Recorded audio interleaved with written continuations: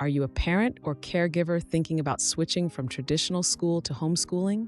If so, you're in the right place. I know that decision isn't easy, and honestly, with everything going on in schools today, from safety concerns to overwhelming classroom environments, many of us have felt that pull to keep our kids closer, safer, and more nurtured at home. As a parent myself, I've wrestled with that same decision. Sending your child off to school every day when the world feels unpredictable can weigh heavy on your heart. And maybe like me, you've wondered, is homeschooling even possible for our family? How do I start? What do I need? Will I be able to give my child the education they deserve? That's when I started thinking and gathering information, which led to creation of the Homeschool Kickstart guide. It's designed for parents and caregivers who want to make the switch to homeschooling, but not quite sure how to get started.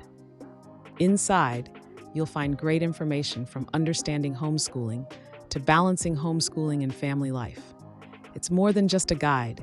It's a roadmap to help you take control of your child's education and create a learning environment filled with safety, structure, and love from the comfort of your own home. So if you've been on the fence about homeschooling or you're ready to finally take the leap, the Homeschool Kickstart will give you everything you need to begin. I'll drop the link below so you can grab your copy today and start your journey.